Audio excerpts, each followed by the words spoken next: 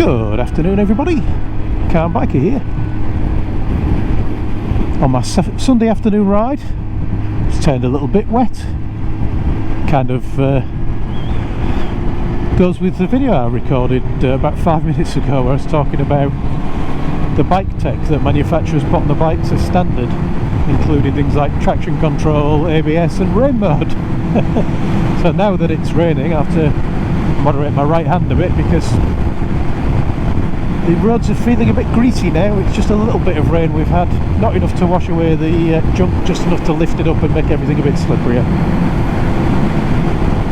So you know, if I have a massive accident now because I've spun up the back wheel or grabbed too much front brake, then I'll make my last video look really silly. I thought I would do a second one, because I recorded a second one when I tried before with a bad microphone. Again on the subject of bike tech, but this time on the subject of the tech that people add to bikes. And this is again after watching a video. This time it was a video by Neal, who I know some of you watch, who is a driving instructor, and he makes some interesting points about driving, and he's now on a bike. Apparently he had a bike when he was younger, and he's got a bike again, and he started adding tech to it. And I was looking at that tech and thinking, how does that kind of relate to the standard tech that I don't want on bikes? Because I do add a little bit of tech to my bikes. I've got heated grips, super bit of tech, adds no distraction whatsoever, keeps your hands nice and warm on a cold night. And I've also got a little ball mount like that one, really, where I can hook up my sat-nav. And sat-nav's an interesting one because it's kind of, it does add distraction, but it also takes away distraction. So I think it's probably a net positive. It adds distraction in that every so often you're going to take a look at it, and if you're like me, every so often you're going to take a look at it and go, oh, I'm not on track anymore, and realise you've gone the wrong way. I'm not so good at following it. But it takes away the distraction of, I'm now going through a really complicated junction and I'm kind of desperately trying to work out which way to go because I'm lost.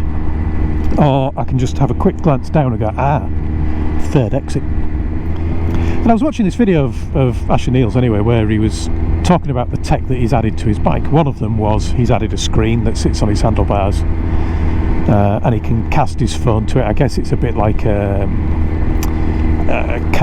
CarPlay or the Android equivalent of that. I don't know, can't remember what it's called. I guess it's one of those things. So it allows him to do his sat-nav on it, which I thought, yeah, fair enough. He also said that it does other things, like it controls his music. That one I'm not so excited about personally. I think I prefer to hear the engine noise, whee, like that. He did have another one though that I found, I don't know if I found it interesting or baffling. It's certainly something I wouldn't have. But what it was is a little radar. So I'm not quite sure where it attaches. I assume it sits on the back of your bike somewhere. And it's a little radar that points backwards in like a V shape or a triangle. And it detects that cars or vehicles are within that area as a kind of, I guess, as a blind spot kind of filler inner. So you get this on cars, don't you, where people look at the mirrors, and on some cars they have a blind spot detector radar thing, and when you look in your mirror and there's somebody in your blind spot, obviously you can't see them, but it shows a little light or something on the mirror to show you that there is somebody there, to save you the intense effort of turning your head around.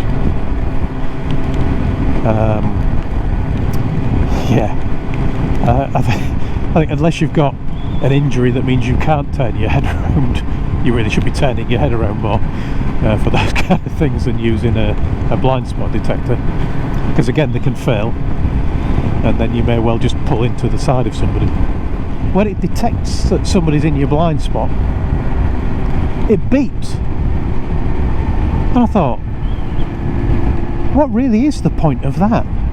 So if you're sat in traffic, your bike starts beeping at you because somebody's just pulled up in your blind spot in the you know, in the next lane over when you're at traffic lights or something. That's a slight distraction, though it's probably not much of a distraction because you know you're sat at lights. If you're riding at 10 miles an hour and it does it to you, that could be a distraction. But I don't know what you're going to do at that point if it beeps at you and you get distracted by it. You're probably going to look over your shoulder. If you went looking at changing lanes or moving from side to side within your lane or something where you could come in conflict with another vehicle, then it was kind of an unnecessary distraction. If you're riding at 20, 30 miles an hour, 55 miles an hour, 70 miles an hour, you're not going to hear a beep anyway. But it seems to me that on that one, the distraction would just outweigh any benefits it's going to give. See, I just look over my shoulder, I want to see if there's somebody there when I'm pulling out. And also the risk of failure, if I was reliant on a piece of, you know, gadgetry like that, and I was then under the assumption there was nobody in my blind spot then, but it had failed, you know, the wire had come off the battery or something, then actually I'd just pulled into the side of somebody at 60 miles an hour and now we're in a world of pain. So I don't know, maybe I'm missing something. As I said in a previous video, you know, change my mind. I like having my mind changed. I like, every time somebody changes your mind, you've learned something new, haven't you? And I like learning new things. So maybe there's something amazing about this piece of kit that I just haven't seen. I also wonder if it's really that he wanted that on his bike. If he did, maybe he's too used to driving a car and thinking that blind spot detectors work in his car so are a good thing on a bike. I don't know. But I wonder if it's that, or if it's more likely that it's just that he's got an affiliate link and he wants you to buy one so that he can make a 5% cut or something like that.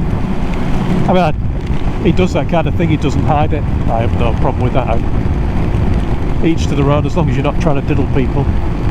Although I do think if the product isn't ideal, you know, isn't a good product, it's not something I'd want to put my name to.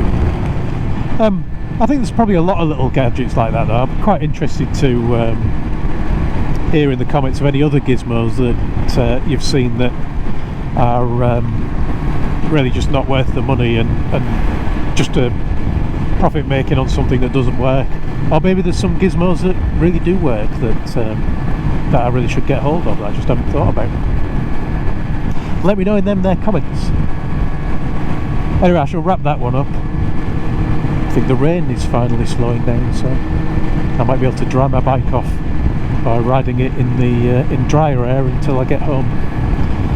Save me putting a wet bike in the garage and having to spend half an hour drying it. So anyway, thanks for watching everyone. Ride safe, and I'll talk to you all again soon.